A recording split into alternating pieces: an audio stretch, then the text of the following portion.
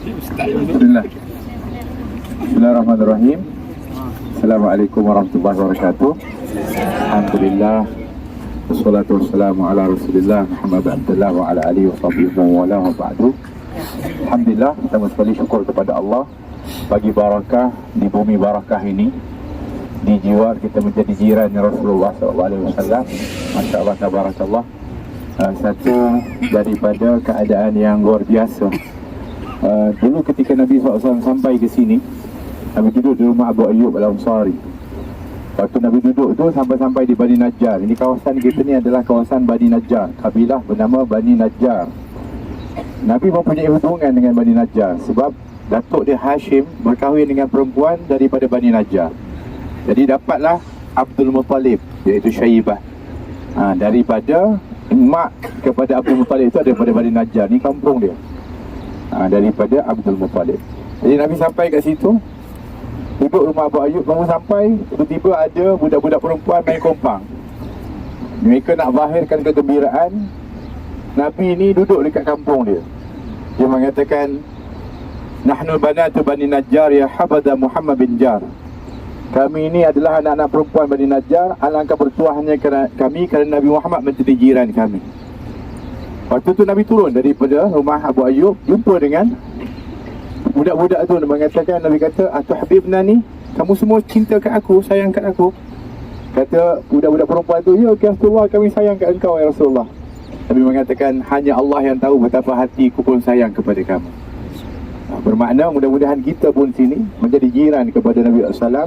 Kita juga cinta kepada Rasulullah. Mudah-mudahan Nabi pun mengisytiharkan cinta dia kepada kita, insya-Allah. Amin Allahumma amin. Jadi sementara ni, sebelum kita mulakan perjalanan, alangkah baiknya kalau kita bicarakan tentang kota Madinah Al-Munawwarah ini.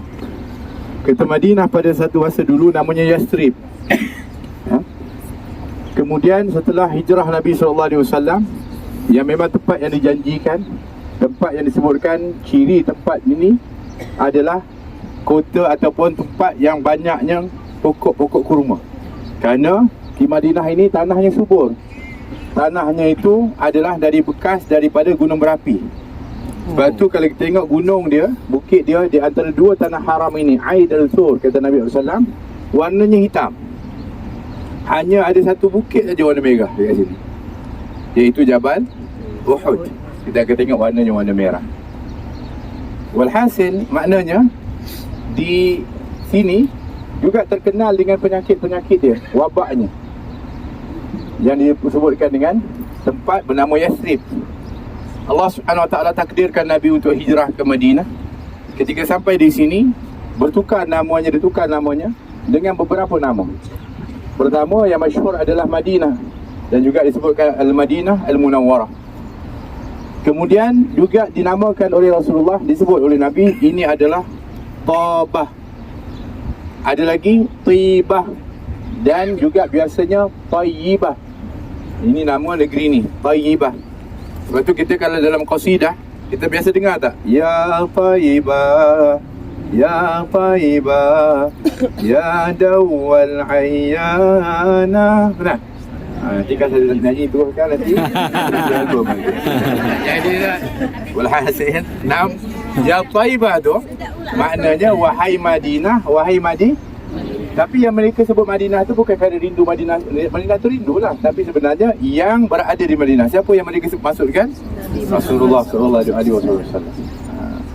Jadi itu yang dimaksudkan dengan Ya Tayyibah tu, merujuk kepada kota Madinah Al-Munawwarah. Ketika sampai di sini, kerana kita sebutkan tempat ini banyak wabak, maka sahabat-sahabat banyak dan ramai yang kena demam dan sakit. Di antaranya Sayyidina Abu Bakar Siddiq, Bilal bin Rabah dan sahabat-sahabat yang lain, dan mereka mengadu kepada Nabi, Ya Rasulullah, kami demam, kami sakit. Maka Nabi SAW angkat tangan dia, doakan khusus untuk kota Madinah. Ya Allah, sebagaimana Engkau telah pun mencintakan, Engkau cintakan kami kepada Mekah, cintakan kami kepada Madinah. Ya Allah, sebagaimana Engkau berkati daripada kota Mekah, berkati kepada Madinah. Dan riwayat yang lain, Ya Allah, sebagaimana hamba-Mu, Nabi-Mu, Khalil-Mu Ibrahim, dia berdoa keberkatan untuk kota Mekah, maka aku adalah hamba-Mu dan juga Nabi-Mu. aku ingin untuk doa, aku berharap engkau kurniakan keberkatan kepada Madinah. Kemudian Nabi kata, ya Allah, berkatilah kepada timbangannya, takarannya, tumbuhannya, buah-buahannya, dan ya Allah, berkatilah dia dan berkatilah sekali ganda lagi. Maknanya kalau ikut doa tu, Nabi nak lebih sekali ganda daripada Mekah Al-Mukarramah di Madinah. Sebab tu ada pendapat ulama mengatakan kalau Madinah ini lebih afdal daripada Mekah. Cuma jumhur ulama menyatakan tidak, Mekah itu lebih afdal. Tapi kerana Nabi doakan 2 kali ganda di sini. Kemudian Nabi SAW sebutkan hidup di Madinah ini akan lebih sukar daripada kehidupan tempat yang lain. Baik itu daripada segi sudut kehidupannya, untuk kita kata mencari kehidupan. Begitu juga dengan cuacanya, dengan cubaan dan dugaannya lebih berat di Madinah. Sebab tu kalau sekiranya kita tengok di sini, belum apa-apa kita dah uji dah. Semalam kena uji tak? Ada ujian maknanya kerana memang itu dia namanya Madinah Al-Munawwarah. Dan Nabi SAW kata, barang siapa yang bersabar, ni hadis ya, barang siapa yang bersabar dengan ujian di Madinah, maka aku akan beri syafaat kepada dia. Amin. Sabar ke tak sabar? Sabar tak apa, lain tak sabar tak dapat. Tapi ini hadis Nabi SAW sebutkan begitu. So kita kalau sabar, insya-Allah. Tapi memang kalau kita rasa, kalau yang dah pernah pergi umrah atau sekarang ni pun kita rasa dia punya cuaca kalau panas tu lebih panas daripada Mekah. Kalau sejuk dia akan lebih sejuk daripada Mekah. Memang dia akan lebih ekstrim lagi di Madinah ni. Tapi kota Madinah ini kata Nabi adalah kota yang akan makan kepada kota yang lain. Maksudnya kota-kota yang lain tu akan kembali masuk ke dalam kota Madinah Al-Munawwarah, menunjukkan menjadi tempat tumpuan iaitu di Madinah ini. Oleh kerana itu kita akan tengok pembangunan di Madinah ini semakin pesat. Mereka sedang membangun pendapatan yang banyak. Kenapa? Kerana kita akan tengok nanti orang akan berduyun-duyun untuk menempati di kota Madinah Al-Munawwarah. Di Madinah ini ada 7 pintu masuk. Dan 7 pintu masuk ini dijaga oleh 2 malaikat. Setiap pintu itu dijaga oleh 2 malaikat, kata Nabi SAW Sahih Bukhari. Oleh kerana itu setiap kali Dajjal akan berusaha untuk masuk ke kota Madinah, dia tak akan dapat masuk. Jadi 7 daripada pintu itu ada di sekeliling daripada tanah haram Madinah Al-Munawwarah ni. Dan Nabi SAW menyebutkan tentang keutamaan daripada Madinah Al-Munawwarah ini berulang kali. Sehingga kan disebutkan bahawa bukan hanya kota Madinahnya, penduduknya pun Nabi SAW muliakan.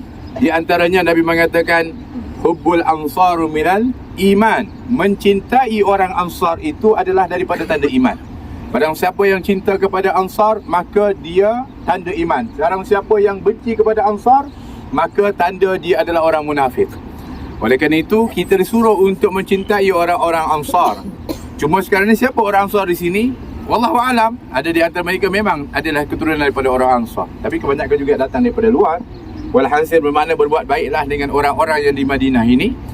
Mudah-mudahan kita akan dapat seperti mana yang disebutkan oleh baginda Rasulullah SAW. Tak dinafikan tempat yang paling mulia adalah di makam yang baginda Rasulullah SAW. Di situ ada jasad baginda Rasulullah SAW. Orang perempuan boleh ziarah Rasulullah, tak boleh kan? Pernah tak lalu di depan hujrah tu? Siapa pernah? Tak akan pernah lah, tak boleh kan? Hari ini insya-Allah kita akan lalu. Orang perempuan sekali. Okey? Insya-Allah Saya akan tunjukkan, insya-Allah. Okey. Sementara kita dekat sini, kita berada di depan kita ni ada taman ni. Oasis ni, depan taman ni ada ni, kan? Apakah tempat itu? Tempat ni sangat bersejarah, khususnya sejarah Islam ni. Iaitu di tempat ini dinamakan Saqifah Bani Sa'idah. Saqifah Bani Sa'idah. Saqifah bermakna satu khemah. Bani Sa'idah ada salah satu kabilah daripada Puak Aus dan Khazraj. Yang mana mereka ni sebenarnya memang ada tempat yang mereka telah membina khemah itu untuk perkumpulan mereka, khususnya orang-orang Ansar. Jadi selalulah mereka kadang-kadang meeting, ada kalanya mereka perlu berkumpul, mereka kumpul dekat Saqifah Bani Sa'idah ni. Apatah lagi kalau perkara yang penting nak dibincangkan, mereka akan duduk dan kumpul di situ. Maka berlakulah satu peristiwa yang sangat besar dalam kehidupan kaum muslimin, khususnya kepada para sahabat. Apa dia? Iaitu kewafatan baginda Rasulullah SAW. Kalau sekiranya kita cuba memahami apa yang dihadapi oleh sahabat kita tak akan dapat faham. Kerana tak ada orang yang dapat untuk merasai apa yang dirasai oleh para sahabat ketika kehilangan baginda Rasulullah SAW. Ya, ada di antara kita mungkin kehilangan orang yang kita sayang, ibu, ayah, mungkin anak, mungkin orang-orang yang kita kasih pasangan dan sebagainya. Tapi tak akan sama para sahabat ketika kehilangan baginda Rasulullah SAW, iaitu rahmatan lil alamin, sebaik-baik makhluk, dan orang yang sangat mengasihi kepada mereka melebihi daripada kasih sayang seorang ibu dan ayah kepada anak. Maka ketika kehilangan Nabi SAW, maka tak ada hentakan yang lebih besar yang dihadapi berbanding daripada apa yang dihadapi oleh para ashabat. Waktu itu, sehingga kalau kita nak digambarkan begitu dahsyatnya dari hentaman itu, cukuplah dengan kita mendengarkan kisah Sayyidina Umar yang apabila diberitahu tentang kewafatan Nabi, dia terus mengatakan, siapa yang mengatakan Rasulullah Muhammad SAW itu wafat, aku akan pancung kepala dengan pedang ni. Bukan kerana Sayyidina Umar tak yakin dengan takdirnya Allah, mustahil. Sayyidina Umar adalah orang yang paling tinggi keimanannya kepada Allah. Bukan bermakna Sayyidina Umar itu dalam keadaan tidak mahu untuk menerima kenyataan, tidak, mustahil. Akan tetapi kerana apa? Kerana daripada kita panggil cinta dan kasihnya kepada Nabi SAW yang membuat-buat sehingga akhirnya hilang kawalannya ketika itu. Sayyidina Abu Bakar, kenapa dia tenang? Kerana dah 2 kali dah sebelum itu dia sudah kehilangan daripada kawalannya. Pertama ketika dia Arafah, ketika turunnya ayat al-yauma akmaltu lakum dinakum sampai akhir. Pada waktu itu dia pun dah hilang akal dah. Pada waktu itu akhirnya dia menangis sehingga sahabat mengatakan, kenapa kamu menangis? Bukankah kita gembira dengan ayat ini? Dia mengatakan ayat itu menyatakan tentang kesempurnaan, bermakna setiap sesuatu yang telah sempurna, yang menyempurnakan itu akan kembali kepada Allah. Yang keduanya adalah ketika khutbah Nabi SAW, dia termasuk di antara khutbah terakhir Nabi ketika sakit.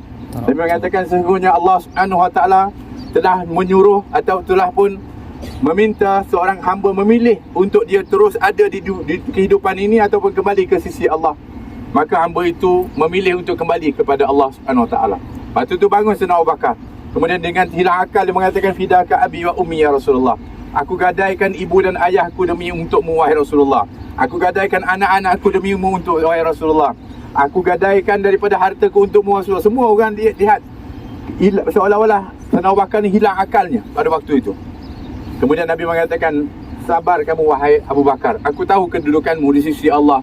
Kalau aku boleh ambil kekasih selain Allah, maka aku jadikan kau kasih aku. Cukuplah kau sahabat sejati aku, kata baginda Rasulullah SAW. Seluruh pintu ini boleh ditutup, kata Nabi, iaitu pintu masjid itu boleh tutup, kecuali pintunya Abu Bakar Siddiq radhiyallahu anhu. Sebab itu sampai sekarang pintu Sayyidina Abu Bakar tak boleh tutup. Walaupun pintu masjid dah ditutup, pintu dia tak boleh tutup, kecuali kalau dah penuh dia tutup supaya orang tak sesak je. Tapi dia tak boleh tutup pintu. Sebab Nabi kata semua pintu boleh tutup kecuali pintunya Abu Bakar Siddiq radhiyallahu anhu, sebagai pengiktirafan dari kedudukan Sayyidina Abu Bakar Siddiq.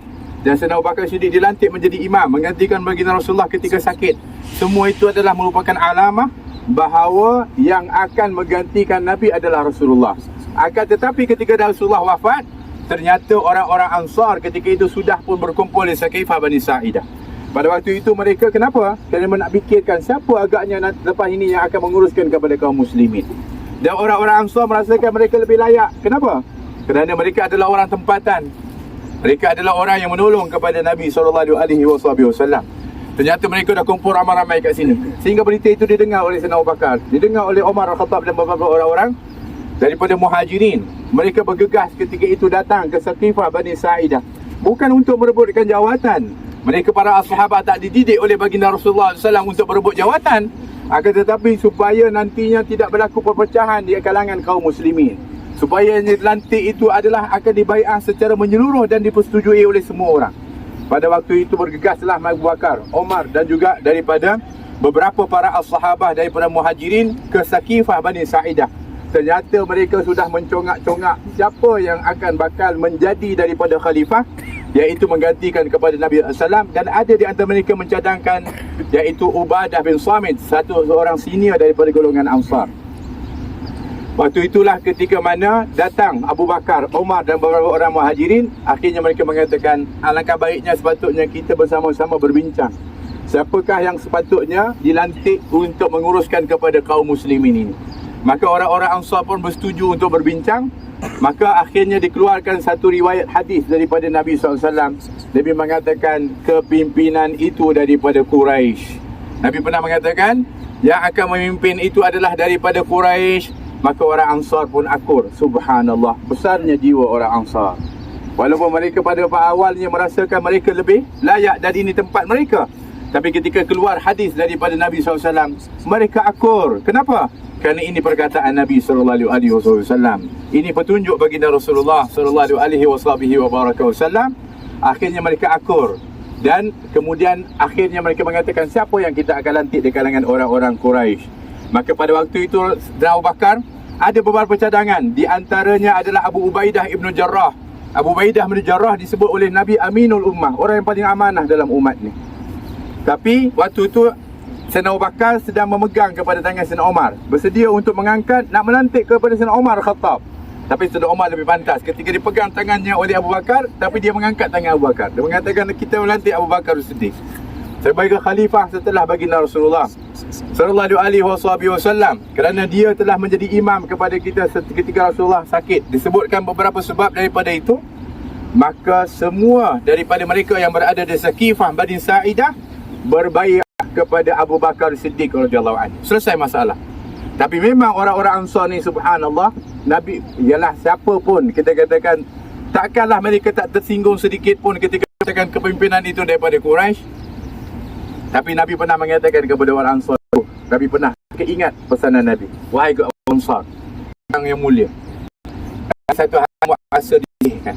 Nabi kata, kamu akan rasa seperti itu. Pasti perasaan tu ada. Orang kalau sekiranya ada apa, pelantikan-pelantikan, kita calon tak dipilih, mustahil tak akan terasa hati. Ada. Tapi itu yang kita katakan hebatnya orang Ansar ni, besarnya jiwa dia. Nabi kata kamu akan rasa disisihkan, tapi bersabarlah kamu sehingga kamu bertemu aku di telaga haudku, kata baginda Rasulullah SAW. Yang itu yang mereka nampak.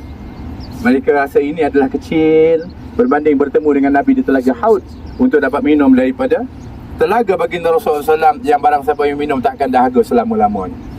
Kata tempat ni tempat yang cukup bersejarah, tempat pelantikan khalifah pertama Sayyidina Abu Bakar Siddiq radhiyallahu anhu.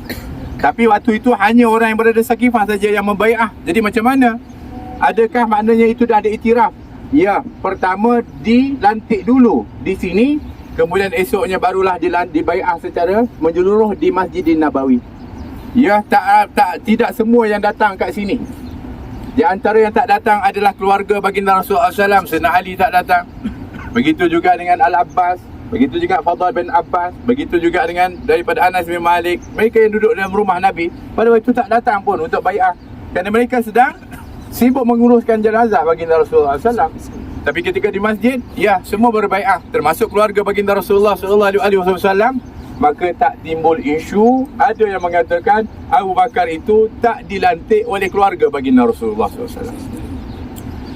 Mustahil. Kalaulah sekiranya itu adalah yang berlaku, takkanlah Sayyidina Ali nak duduk diam saja, tidak menegakkan kebenaran. Tak.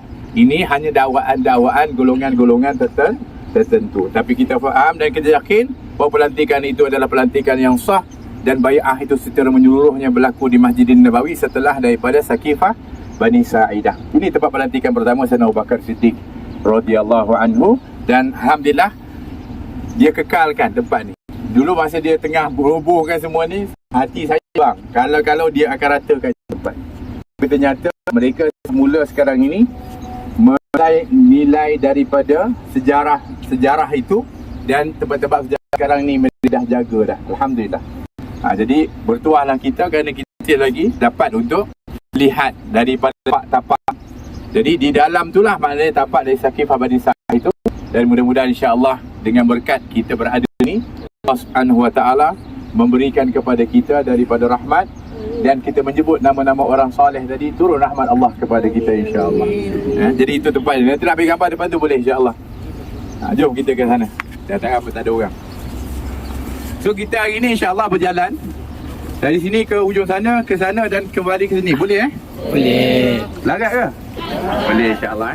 Saya dah buat dua grup semuanya sampai habis.